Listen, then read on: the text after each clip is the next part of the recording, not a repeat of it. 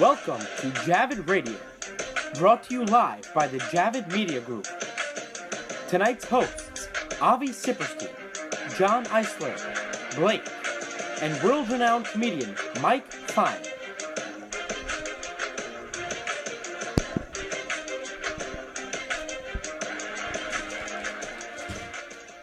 Good evening and welcome to Javid Radio. It's Monday night and you are tuned in to the right channel. It's Avi, your host tonight, together in the studio with Blake is with us tonight.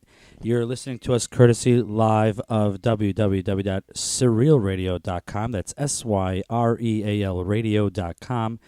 And that is also where you can go to check out podcasts and archives of our previous shows. We stream live on the internet on Monday evenings from 8 to 9 p.m. We also have a call-in number where you can call in and listen to us through the phone. And that number is 712-432-6553. Again, 712-432-6553. That's the number to listen to us. But the number to call in with any questions or comments during the program, as well as text, is 347-684-1155. Again, 347-684-1155 is the number to call or text with any questions. Blake, how was your weekend? My weekend was really great. Just a quick preview. When was I'm in charge of politics on the show here. I did watch SNL this Saturday night, and which was hosted by Donald Trump. So, oh, really? Yes. So he's your buddy. Yeah, he was. It was a little disappointing. The show. It was not as funny as I thought it was gonna be, but there was still some really, really good scenes. It was pretty funny altogether. Okay. But so I guess if anyone wants, they can go laugh and check out SNL. But we still are going to hold you to what you're responsible for, and that is to give us an update on the current political stand. So of the candidates. As of now, the current political standpoint is what's on SNL, which was really good. They had Donald Trump. He's talking with his wife, and his wife says to him, he says, "Donald," I don't remember the exact words, but I'll make it up. It's the same point. He's like, "Donald, why did you become president? The White House is the smallest house we've ever lived in." Oh, yeah? That's awesome. That was pretty funny. And then the guy that was impersonating Bernie Sanders was really funny, actually. So Bernie Sanders is, again, the old man. You have to talk to me and our listeners as if we have no idea. So Bernie Sanders is running, I'm pretty sure, from Vermont. That was actually... Is he on the Republican or the Republican? I didn't do that much research. You really didn't do. I'm pretty sure he's running on the Democrat. Look, I was about to say Democratic because as of now, the top two is Ben Carson and Donald Trump in the Republican debate. Right. Which Ben Carson himself was a whole long issue because he started telling people that he stabbed his friend as a kid or something. Which I don't know who goes around saying that, but he decided. What did he do? He was saying how tough he was or something, that he had to go stab his friend when he was a kid or something. Growing up, that's how tough his life was growing up. Yeah. And he actually said that on TV. He said that, yeah, and people were like, okay, like nobody, like most people don't promote their violence. And then Donald Trump said a line. I don't know if I mentioned this last week. I don't remember when he said it. He said, I had it hard growing up also. My father only once gave me a small-time loan of $1 million. Yes, I saw that clip. What do you think about that, Blake? Okay, so there's two ways to look at it. The first way to look at it is that's a joke because someone gives you a loan for $1 million. Most people can do something with it. But at the same time, the guy took $1 million and made it into a $4 billion company. Right. So he didn't suffer the way most people suffer, trying to build a company from the bottom up. But he did get a good...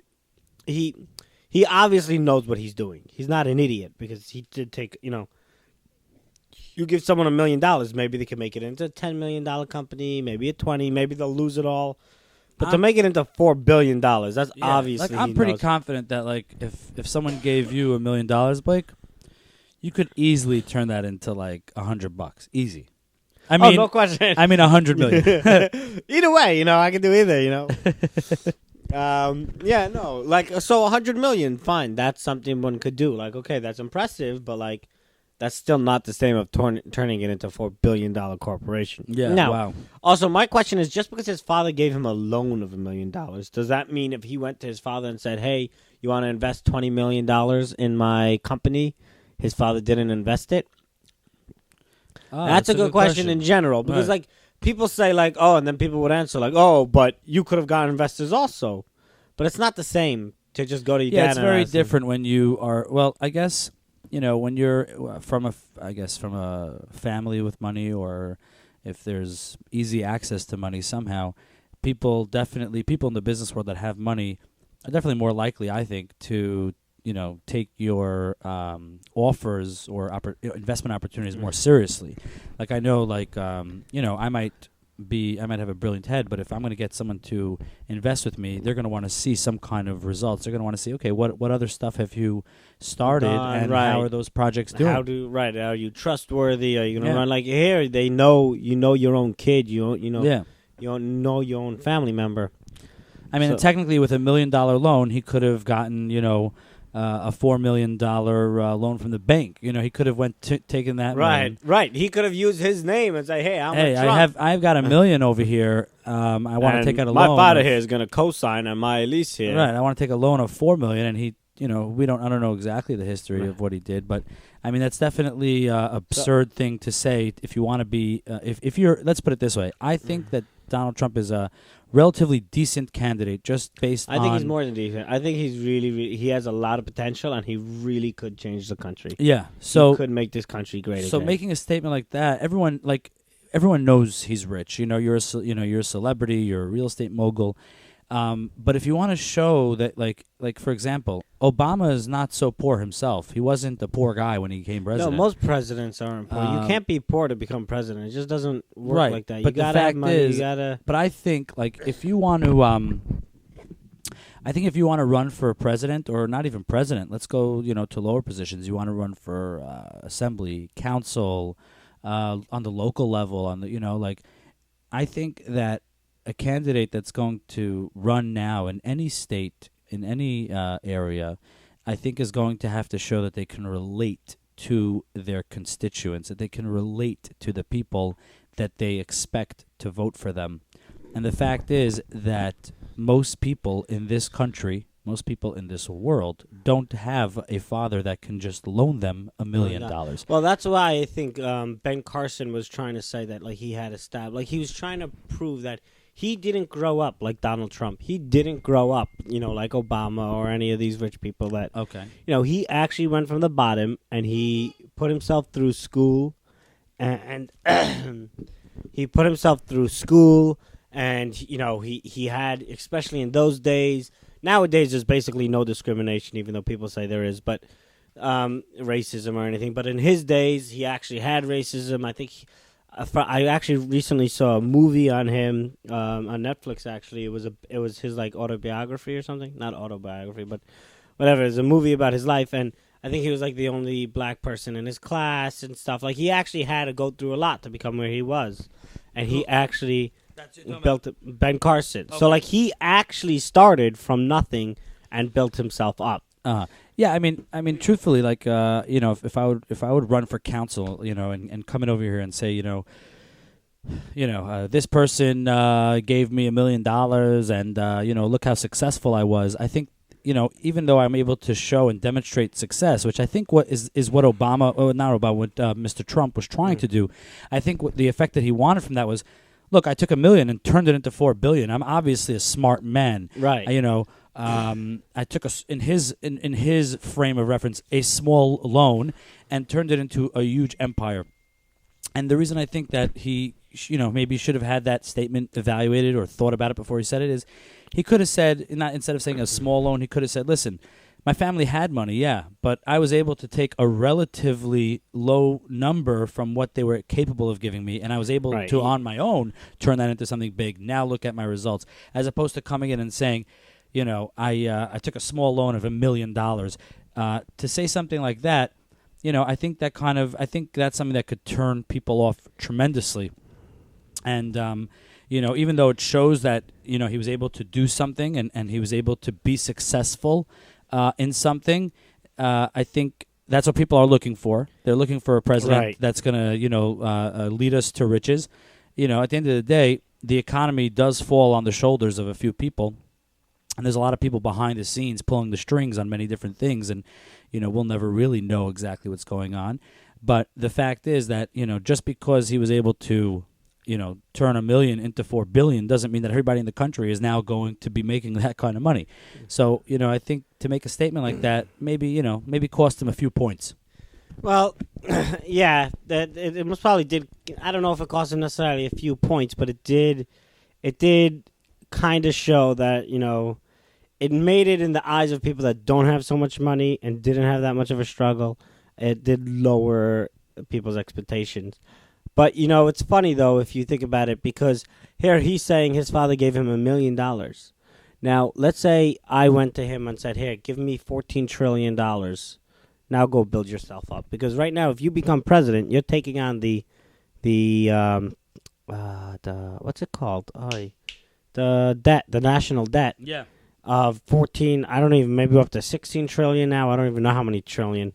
But we're up to a bunch of trillion. And you're basically asking him to take that trillion and make that into $4 billion, even $1. Just make that, not, exactly. Put us in the black. So we'll see what happens in regards to that. But it's like, we just had our past election. We just had our past election. I think it was for Supreme Court or something. This past election, I don't remember. So we are exactly 1 year away from voting for our next president. Yes. So and then that's why you are our. Now I'm going to get more into it. Before it was such a long time away. Now we're getting more and more into it, and we will. You'll keep us posted on a weekly basis. You'll have to give us. I know that you're a big fan of Trump's, and he happens to be definitely the most entertaining candidate, if not the most fascinating, most interesting candidate. Whether people like him or not, you can't deny him those things. Well, I kind of like also Bernie Sanders. I do kind of like what he stands for in regards of not taking money from corporations and stuff like that. So, but that's a whole nother thing. Okay, so we can expect. There's gonna be a lot of back and forth because I'm not very, both ways. I could hear both ways, so it's gonna be long, different discussions. Hopefully, at the end, we will come down to a conclusion of which one. And of course, we want to hear your, what you and your political savviness and expertise, what you think as we get closer to the election, who you think will actually win this election. Now, do you think Hillary stands a chance? Absolutely not. She has nothing good going for her. I'm sorry, guys, but... No, that's what happens. Hillary makes him just get all excited, and he sounds... There was food on the table, and I had to eat it. I'm going to put it away right now, because it's not good for my diet, by the way. Oh, yeah, how are we doing? To discuss. How's our weigh-in? Hold on. Let me just eat the cookie. You said you were going to bring a scale here, and that we were going to do a weekly weigh-in. So what's going on with that? So actually, I've been very good this past week. I've really been trying to lose weight. I can't say I was perfect, but I would say I didn't weigh myself this week. I would say I maybe lost 2 pounds or so. But I'm going for about 15 you lost or 20. 2 pounds this week? Yeah, maybe. I don't know. I didn't weigh myself, but wow, I feel a little better. That's even if I didn't lose any weight, I felt better because I dieted, and now you ruined it because you had cookies and cake on the table. Listen, you put the cookies there, okay? It's just because our studio is an open, gracious, inviting, and welcoming place. There's food for people here. I know, but this is not right. Next time we have to have a fruit platter or something, but no dressing because those have carbs. So we're gonna have to work something out. But jerky. That's pretty healthy, actually. Yeah, there you go. Yeah. But otherwise it was a pretty good. I'm hoping this week's better. I had a very good day today in regards to dieting. Yesterday I had a really, really good day. I had no carbs yesterday. I actually had to make myself. I bought a London broil and I grilled it nicely. Is that what we're doing tonight after the show? Very I hear you're a really good chef. That's what they tell me. That's what I'm told also. I don't know why, but that's what people tell me also. It's actually funny. I was walking out of work today, and I was talking to one of my friends, and I don't even know what I said. My friend said something about jerky, and this random guy. I promise you, I've never seen him before in my life. Actually, can't really say that because he works in the same building. But like a guy like I totally don't know, doesn't work on my floor, not my department, nothing to do with me. Says, "Oh, you're the jerky guy." Oh, yeah, okay, I heard about you. I'm like, how did you hear about me? He's like, I don't know. People in the company talk about you. I'm like, oh, okay. This was in your company? Well, not in Blake's Jerky, but with the company I work now. Okay, very cool. So, yeah, Blake's is out there. I think you have a very good marketing and good marketing PR team behind it. From what I understand, your soft launch is coming up soon. Very, very soon. And I understand that you already started working on some commercials, some real professional. The Blake's Jerky sponsored it was a you sponsored a recruitment video for a nonprofit. Recruitment, right? It was the beginning video. It was a first video. We're gonna have many more. First for that nonprofit, also for Blake's Jerky. We are going to do a lot more recording, actually. I think we have our next one coming out.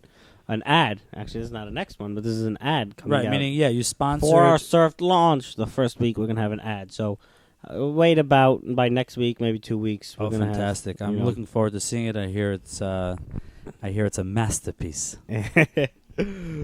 But, yeah. So, back to Hillary, which I was saying. Yes. She doesn't have anything good going for her. Donald Trump, he has a lot good going for him. Ben Carson has good going for him just because of who he is and how he got to where he was, to where he is. Bernie Sanders has good stuff for him, and then all the other Republicans behind them, but they don't really count because if you're not in the top 2, then you don't count. And then the Democrats, you have, Bernie Sanders and Hillary Clinton, at least the 2 main ones. Yeah. And, Hillary, she get the thing with the emails. I don't know anything good. Like, she has nothing good to say about her. I saw a video this week. I don't know if the video is old or new. She was getting onto Air Force One. I guess, I don't know if that's an old video or if it's new, maybe campaigning. And did you see this video, Blake, of her getting onto? She walks up the steps very gracefully and elegantly, turns around to the cameras and to the security and all the people, gives a wave, turns around, walks into Air Force One, and trips and falls flat on her face. You've got to see it. I'm gonna Google that right now. It is classic. Oh my god! If you are listening right now and you need just a good hearty chuckle for a good 30 seconds, Google that. Hillary trips walking into plane, something like that. I guarantee you, it'll make your Monday night. That is really, really funny. I'm gonna Google that. You should also Google the SNL for Trump, because that was also pretty funny, some of the things that happened there. Not all of it. All in all, it was a little more of a disappointment because I thought it was going to be more funny, but it was pretty good all in all.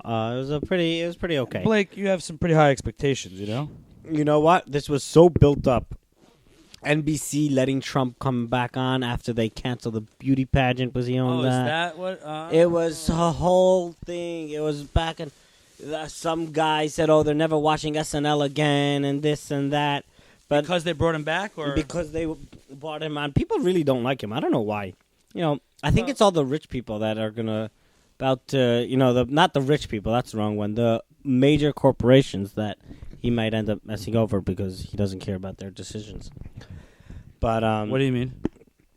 Because, he doesn't... Most presidents, and it's a problem, there's something called lobbyists. And for people that don't know what a lobbyist is... Tell us. Lobbyist, blackmail is the wrong word. They're basically there to lobby on your behalf. They're there to make friends with the right people, and, they get a cut out of everything, and they go meet this senator and that senator, change his mind, tell him... And it should be illegal. There's no way that things should be legal. But obviously the people making the laws don't care because they're the lobbyists. Right. A lot... People don't know. Like, people think, this senator, this. I would say basically all of it is done by the lobbyists because they're the ones behind the scenes running the scenes. And they're the ones who are getting paid big money to advocate for different companies and corporations. So essentially what you're saying is that our whole political system is a mess Yes. in general. Yes, but you know what? It's better than, at the end of the day, as much as a mess it is, and this is not how our forefathers wanted it. At the end of the day, That was nice. it is better than a tyranny. Tyranny. I'm totally pronouncing the word wrong. Tyranny? Tyranny. I knew I was pronouncing that word wrong. It's better than that. It's better than communism. It's better than socialism. Socialism is debatable, but I think it's better than socialism. At the end of the day, this is most probably the best, even though they say we're here to live free, we live as free people, but we do pay for it because I pay a fortune in taxes. So we're definitely not living for free. We're living as free people. Yeah, it's rough being employed, huh?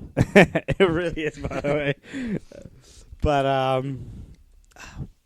yeah, so at the end of the day, this, even though we do have all those lobbyists, the things. So Donald Trump, getting back to what I was saying, I forgot what I was saying because all I'm thinking about is those cookies sitting on the table that I can't eat. Why don't you just have a piece of beef jerky?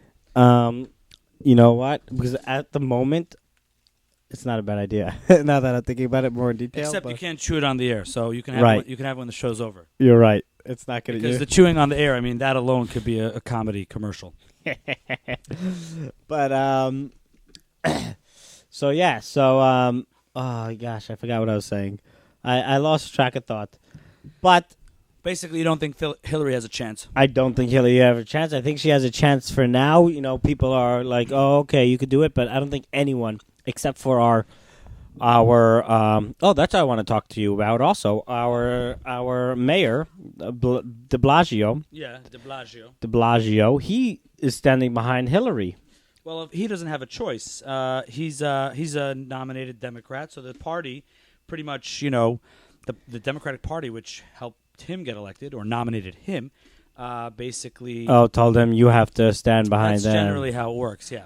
So, you see, this is the problem. So he doesn't even stand behind the guy he really wants to stand behind. Well, how do you know? Maybe he does stand behind her. Maybe I know, their views are in line with each other. You know what? That but could be very is, true. But yeah, at they're least, both liberal Democrats, and they're both. Yeah, but still, at the end of the day, we don't know for sure, which is annoying because this is politics again. Like, it just comes down to what they Everything say. is like, politics. and that messes up everything. Politics messes up everything. But then again, even when you're in school and you're in class and you're in 5th grade, and this kid likes that kid, that's politics too. Life is Everything's politics. yes. So if you're not good at politics, then you should work at B&H. that's not I'm what I joking. said, because that has a lot of politics too. That's Oh, all does it? politics. Don't speak poorly about your employer on the show. I'm not ready to pay you, and I'm not ready to give you an increase from the radio program. No, but no, politics are that's something that even though some people aren't good, but you know what? You learn to walk, you learn to talk. You got to learn how to do politics. It's a little thing. That is one of the deepest statements that you have made publicly on this program, and I'm sure people agree or disagree. I love the way it sounded. If you agree or disagree with Blake, let us know. Send us a text to 347-684-1155. Again, 347-684-1155. Do you agree with Blake's statement that you need politics to live? We're going to be right back after this quick, short commercial. Stick with us.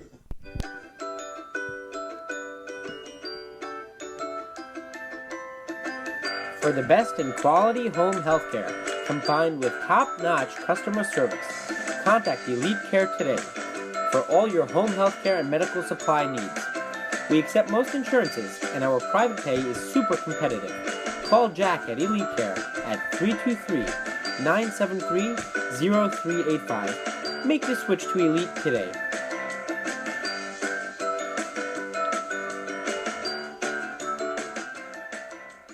Welcome back. You're listening to Javid Radio. We're broadcasting live at SyrealRadio.com.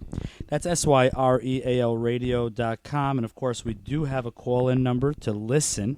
That number is 712-432-6553. Again, 712-432-6553. The number to call or text us with your questions or comments is 347-684-1155. Again, 347-684-1155. And we were just talking right before the break about Blake's very deep statement that you learn to walk, you learn to talk, and then you need to learn politics. I think it's fantastic. I think it's an interesting line, and we want to hear your opinion. So shoot us a text or call us so we can discuss it in person. Now, not in person, over the phone. Now, I just also want to say, when I say you have to learn politics, I don't mean politics in regards to what's happening in the world. I mean, you have to learn how to deal with people and stuff like that in a political fashion. In a very political fashion. For example, yes. like John, who's not with us again tonight. Actually, tonight he's doing his monthly auxiliary and for the police department over there.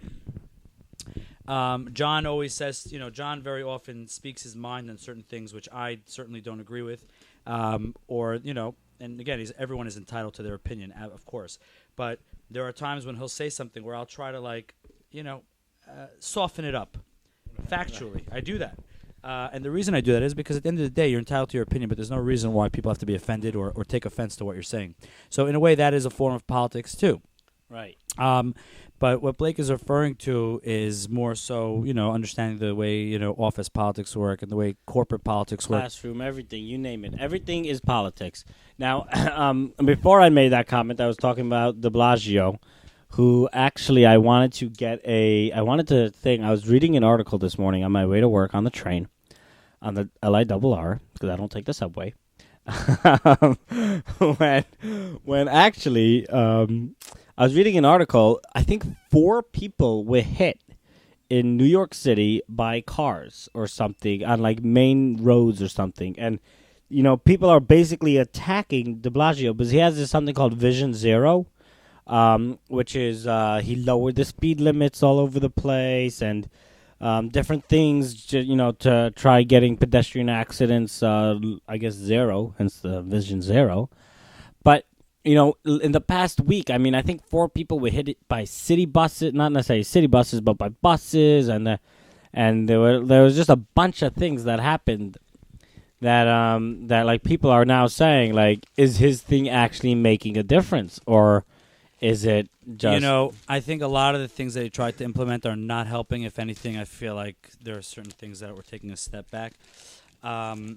Truthfully, this Vision Zero idea, I mean, I would love if he can show us at the end of, as we near the end of his first 4-year term, because he's going to run again. Who knows what will happen. But I'd love to see if he could show at the end of the 4-year term that in the 4 years since he implemented this, the Vision Zero, where they started limiting the speed amounts on certain roads. I mean, just today, I was driving. Traffic cameras, more tickets, more everything. Everything. Just today, I was driving down Ocean Parkway in Brooklyn. There was a police officer parked, in a very discreet manner on the service road, standing towards the end of the highway, literally standing like behind a tree with a gun. And if you were doing, I mean, there are 3 lanes on Ocean Parkway. I was in the middle lane. There was a car next to me in the right lane who was probably going about 5 miles faster than I was. And I was going 32 miles an hour when this happened. So he was going 37 miles an hour, which is 7 miles over the limit on Ocean Parkway right now with the new laws, okay? Right. I believe it used to be 45 over there, or 4. I mean, and you can really go fast. It's open. People aren't really like... Not only that, there was a red light. So he had picked up speed, and he was slowing down already at this point, okay? Right. And the cop had a gun out, and literally at the red light, at the red light, he walked up to the guy's window and gave him a ticket, a speeding ticket, okay, for going 7 miles over the speed limit. That's also retarded. What? Now, I don't think things like this work. I think it's ridiculous. I think it's pathetic. You're not saving anyone necessarily. People are still getting hit. You're making people angry at you. That's what I'm saying. I would love to see at the end of the 4 years. I'm going to give him the full 4 years. I'm not going to say show me in 1 year. I'm going to say give me a full 4 year.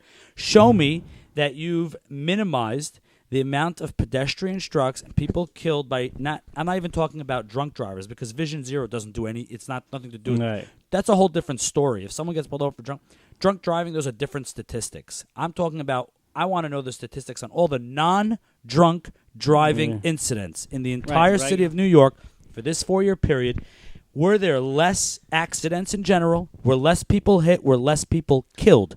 Non-drunk driving related accidents. And I guarantee you that the numbers will be the same, because this is a big city. You know what, truthfully, it could be even more because people are angry. People aren't paying attention. I mean, there were 4 bus accidents in the last week. I mean, a fire truck hit someone. bus. And the funny part with buses, especially, is that these drivers claim that they didn't even know it happened, which is kind of funny. What does that mean? Well, if you're driving and, when you're driving a huge bus and a person's right in front of you, you could easily hit them without seeing them. Oh, true. That's what they mean, But, like, also, he stopped the stop and frisk policy, more cops are being killed, crime We're rate. going to get to that in a second. That's the next thing that I wanted to talk about. But just talking about the Vision Zero, I think the Vision Zero policy, let me tell you what someone sent me a video a couple months ago of a NYPD Sprinter, which is those big vans, driving Mercedes, through different targeted areas in Brooklyn, making an announcement asking people to be more careful while driving, to slow down Basically, on the roads. like, the Bavich people, they were actually saying, like... Right. This is the NYPD with Vision Zero. Please slow down. Please be safer. Please watch where you're going. Please don't text and drive. I felt like that could make an impact. If a van drives by, because there are very often times I'm driving, I'm sitting at a red light, there's a car next to me, they're on the phone texting. If a police van drove by at that point, said, please get off your phones, I guarantee you that guy's putting the phone down and for at least the next 5 minutes won't go back to his text. So I think awareness and education, having vans like that driving through the city, just making a presence, because, Blake, tell me the truth or not, when you text and drive, right? I mean, not you, of course. Right. But I someone, happen not to text and drive because... Well, you don't even text when you're not driving, so it takes me... If I'm lucky, I get a voice note back from you, No, but truth be told, like, truthfully, when you're driving and you see... I mean, even if you're not doing anything wrong, even if you're not speeding, tell me if you agree. I know when I'm driving, I'm not speeding over the limit. I'm not texting. When I drive by a police car, whether it's next to me on the road, you always be careful. You slow down. You always slow down. You always pay more. You always drive a little, just a tad but more. But that's all they carefully. need. They really just need a presence. So if you want to have a stronger presence, if you want to have a van that literally goes up and down Ocean Parkway and says, "Don't speed. You will get a ticket. Don't text and drive. You will get a ticket." I guarantee you that will bring the numbers down. But having cops act like capos, right? That doesn't do anything for anybody. All it does is get people pissed off. And you know what? It also is annoying because when you're going down Ocean Parkway, the speed limit was 45 for a reason. It's open. You're in the middle. It's a main road. To hit 45, even if the thing's 25, to hit 45, you wouldn't even notice because it's such a big road. It's so open. If there's traffic, obviously you can't go that fast. But like, and it's like, and what do you expect from some people that are speeding? They, people don't notice always. They just see that it's open and stuff like that. So, I mean, I don't really know exactly the numbers, obviously, and how many things, what actually happened and how many people actually didn't get hit and stuff. But I'm just saying, I mean, I know Queens Boulevard, Forest Hills has this whole thing, and the Brooklyn. For some reason, I always hear it's Brooklyn that's getting hit hard with all these tickets and everything, but I don't know. I mean, and these they're parking doing it tickets, everywhere. But no, it's even different. The parking ticket people are out so much more, and what does that have to do with anything? Yeah, Why is he trying to make money off of this? I noticed a bit more aggression by the parking thing, and you know what it could be? It could be the city. I mean, here's my little one of my theories. If you recall, a few months ago, 2 police officers were shot point blank in the city, right? Yeah. Because de Blasio stopped the frisk policy. He stopped the reason why one of the reasons why is because he stopped the stop and frisk policy, so people started carrying more guns and stuff like that. And then when they were going on, kill the cops, Black Lives Matter, he didn't say a thing. He told his kid, who happens to be black, he told his kid, "Oh, yeah, you better watch out when cops are out because they're going to be out there to get you." He said those exact words. So he is against this country. Not this country. He must probably about this country, too. Well, but not to get too far off on a tangent. After that, if you recall, they had basically, for the safety of the police officers, they weren't giving out any parking tickets for a couple weeks. They weren't giving out speeding tickets for a couple of weeks. There were about 2 or 3 weeks where they toned down the police activity because, for whatever reason, maybe they just felt like it wasn't going to be safe, whatever. So in that 3-week period, the city lost thousands, millions of dollars in revenue that they would normally make from regular parking tickets. Yeah. So they have to make that money back somehow. So they just do a stronger blitz now. That's what I think it is. I think the city needs more money. I don't know. I think needs there's more money. other way to. I mean, obviously, I'm not mayor. I don't know how it necessarily is, but I'm sure there's other ways to make money besides raising taxes and making. I mean, you're basically saying by giving out tickets and stuff, you're basically raising people's taxes. That's basically what you're doing. Because you're basically asking people to give more money to the city for not even like normal things. I mean, look, I can understand, certain parking regulations in Manhattan. No, that's okay. And fine. I understand no, there are look, certain the concept of meters and paying for parking has been around for almost as long as there have been cars. So it's a very different. You can't just say get rid of all that. But I'm talking more specifically. I know there's a near the office that I do some work in Williamsburg. I know that there's a block over there that's has a factory. There's also a factory there, and people park there very often, and it gets pretty tight next to the hydrants. Okay, now Right. I've seen people at times park in the hydrant. I'm not talking about that. I'm talking about the guy that parked 10 or 12 feet from the hydrant, and then they get a ticket for and they being get it more and than they get 15 it, feet. Yeah, I mean that's pathetic. I Yeah. think that, and they'll come out and they'll blitz the area, and no, No, it's like, even better. These are hard-working- inspection tickets. You leave. I got an inspection ticket. Right, I had a brand new car. I got an inspection ticket. I think it was in June 1st. I was planning on taking it for an inspection that morning. I woke up in the morning. There was a ticket on my car, and I took it that morning for the ticket. Well, technically, you can. No, I fought it, and they said there's no leeway for it. Why? I don't know. Usually, if you send in a copy of, I did send in a copy. maybe because it was dated. Maybe it's because it was after. In any case, the point is that No, but it's just like what like why? Like, Well, just, I mean, the point is, no mayor is going to take away things that the city already had in place. Giving out parking tickets. no, but it's the way He's going to make it more over. aggressive. What I'm really focusing on, just the point that you just said, which is this whole Vision Zero, I think is ludicrous. I think in general, when you have a big city, a lot of congestion. Not only do you have a lot of congestion on the road, not only do you have a lot of terrible drivers. I see them every single day. Not only do you have a lot of terrible drivers, you have a lot of idiots walking around too. There's no reason why anybody texting and walking is just as bad as texting and driving. They should get tickets too. Yes, Seriously. And I text and walk. And let me tell you, I do. And you know what? That's a little bit extreme. I agree with you that it's a little bit ridiculous, but I'm talking about the people that aren't texting and walking. There are people who literally jump out in the middle of the road while you're driving down Eastern Parkway. What are you doing? Last night in Williamsburg, I was picking my father up from work. I'm telling you, there was a red light, so I was stopping anyway. But these 3 kids ran like 6 inches in front of my car. And also, I wasn't stopped yet. Like, I was stopping, so I was maybe going 15 miles an hour. So they were lucky. I was able to stop right away. But, like, why are they running across the street? And you have a lot of not only idiots. not only that, their father was watching them cross. Oh, of course. But you know what? That's part of what de Blasio is going to say his Vision Zero is. He's going to say, well, that's that's exactly what we're trying to prevent, because at the end of the day, Blake, this is de Blasio's theory. The theory behind the policy is, if you're driving down a street at 40 miles an hour, even though you're coming to a red light, if someone stupid jumps in front of your car, You'd be able to right. then. And if you remember, when they first started the Vision Zero campaign, the billboards showed the picture of a child's skull and the picture of a child's head, and the skull said, At hit 45 at miles 45, hit right. at 20 miles an hour. So what he's saying is that when someone is hit at a lower speed, the injury will be less. I agree, but the fact is that I don't think you're helping there to be less incidents by Right. being that by And enforcing these crazy numbers. Right, and I think stuff further. I think a lot of it, as I was saying before, okay, maybe I was going a little extreme with the tickets to the texting and walking, but a lot of times, someone gets hit. It's not the driver's fault. I know we always say, "Oh, someone gets hit, it's always the driver's fault," but a lot of times, it's not the driver's fault for whatever the reasons is. The guy jumps out in the middle. Who knows what the reasoning could be. But a lot of times, obviously, could it sometimes be driver's fault? Obviously. But I think not most, I can't give a number, but there are times when it's just, what did you expect? One thing I can tell you for sure is that 100%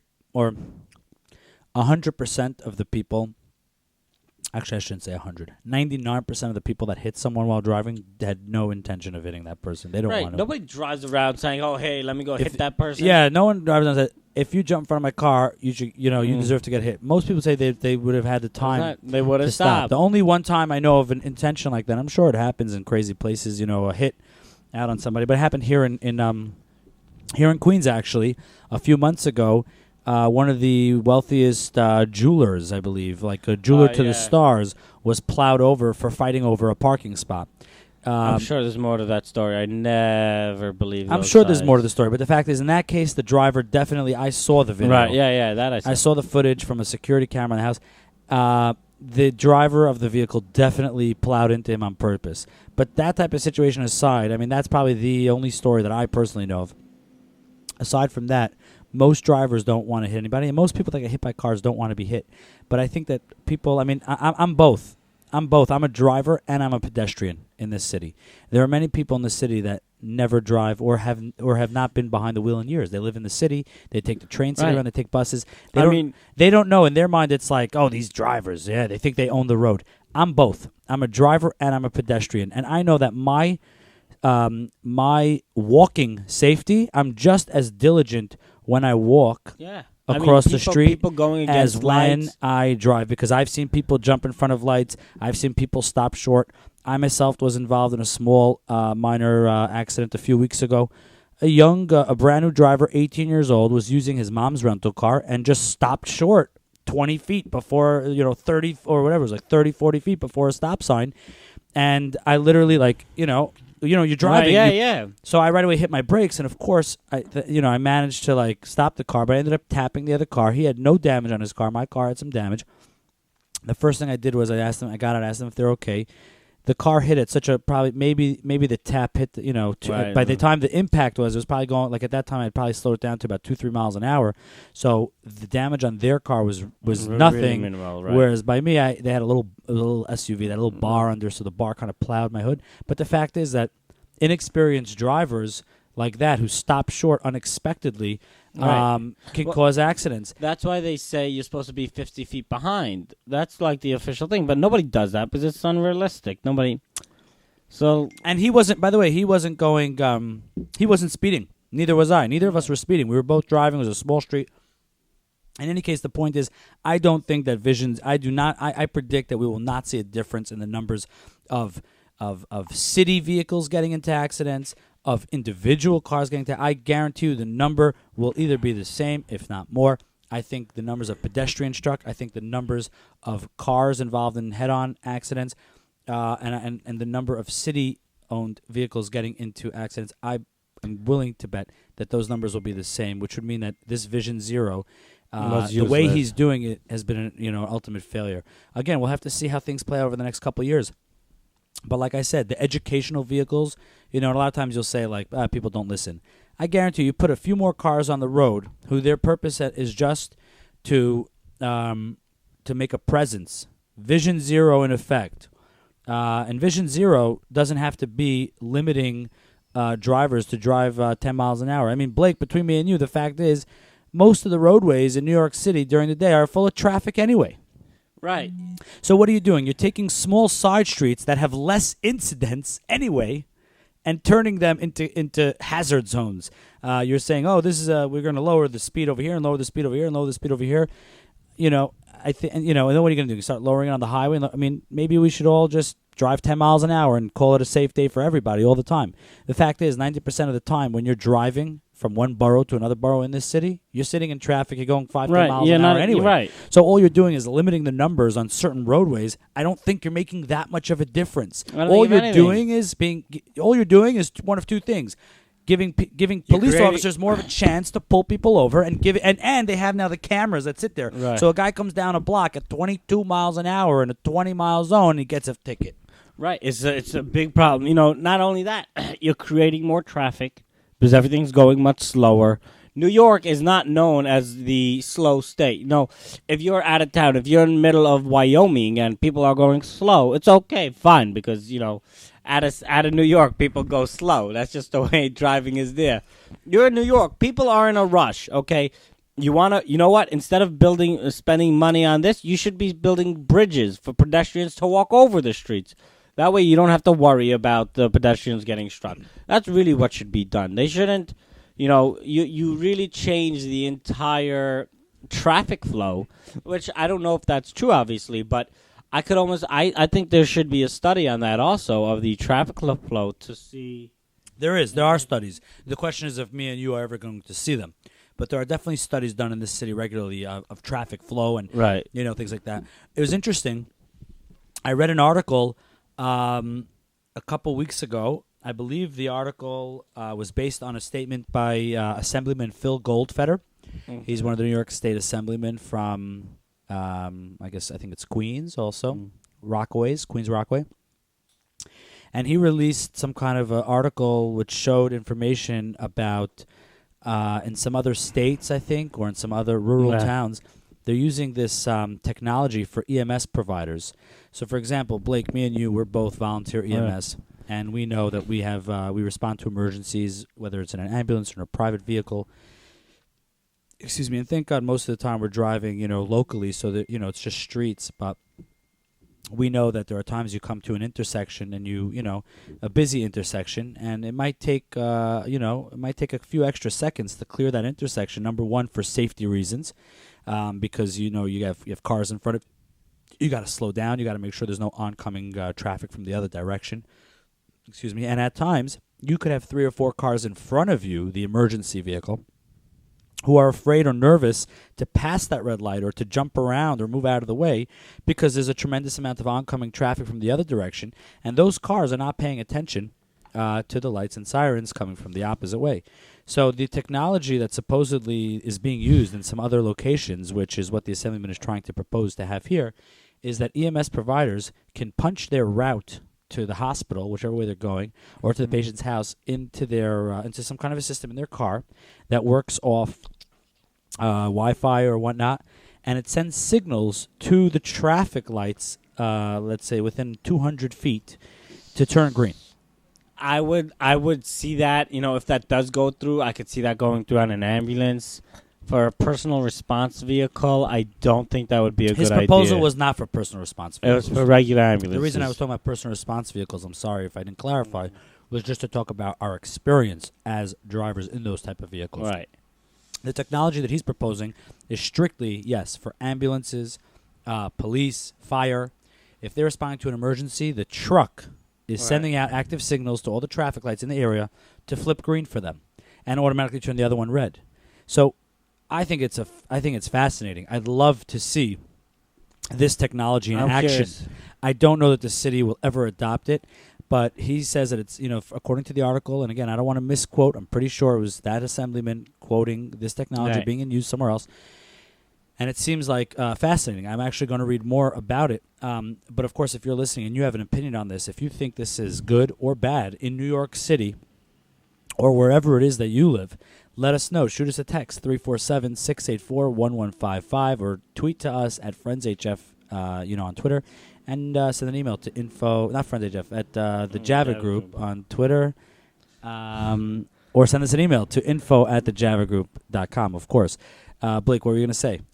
No, so I was just saying about that. I'm very curious to know how that works also in regards to accidents, because if a guy sees the green and he's going really fast, and then your system automatically tells it to change red, I'm curious to know if that causes accidents or not. I could see it how it's good, but I also see that bad side on it on the other side, because I don't know if it will cause accidents, but I see that it possibly has the potential to cause accidents. It's definitely something that needs to be, that would be cool if it came through. I think it has a lot of, I work in Manhattan, and a lot of times when I see the ambulances, the fire trucks trying to come through, and you're in Manhattan, and there's just tons and tons of traffic, and it just doesn't happen. So it's something that, that could be very useful in those cases, but, I'm curious to see. I would have to see how it works in those other states. I'm curious. It sounds like a great idea, but also in those states, there's only one light every 10 miles. Here, we have a light every 10 feet.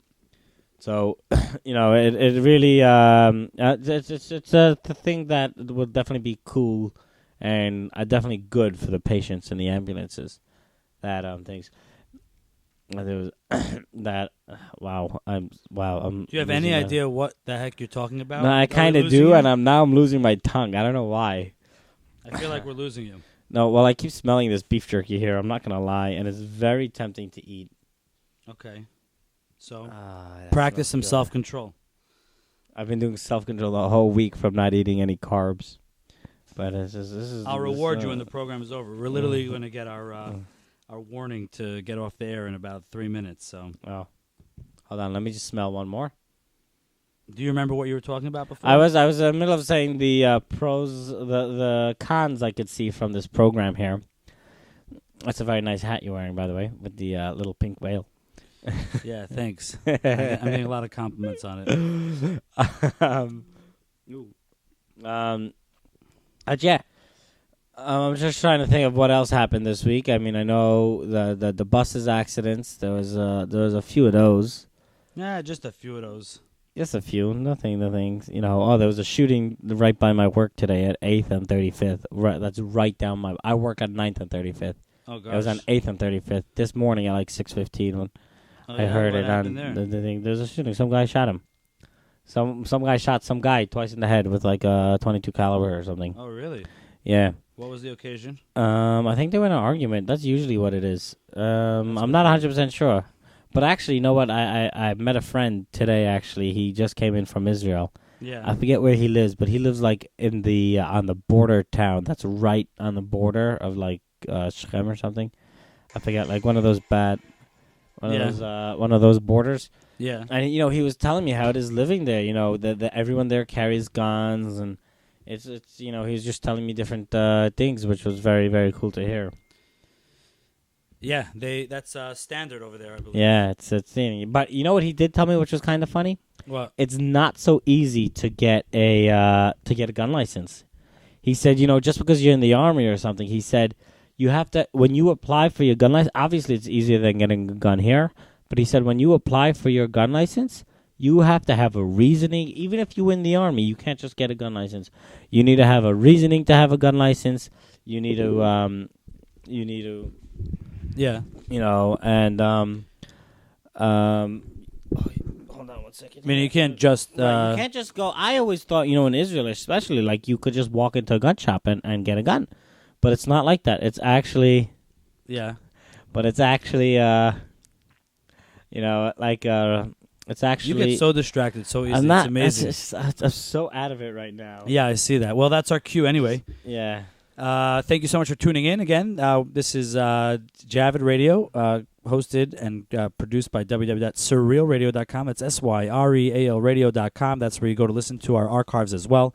Thanks so much for tuning in. We want to hear your opinion. If you have any thoughts or questions or comments about tonight's topics, or if you want to suggest something for the future, shoot us a text, 347-684-1155, or send us an email to info@thejavidgroup.com. Thanks so much for tuning in. We'll see you next week, Monday night, 8 to 9.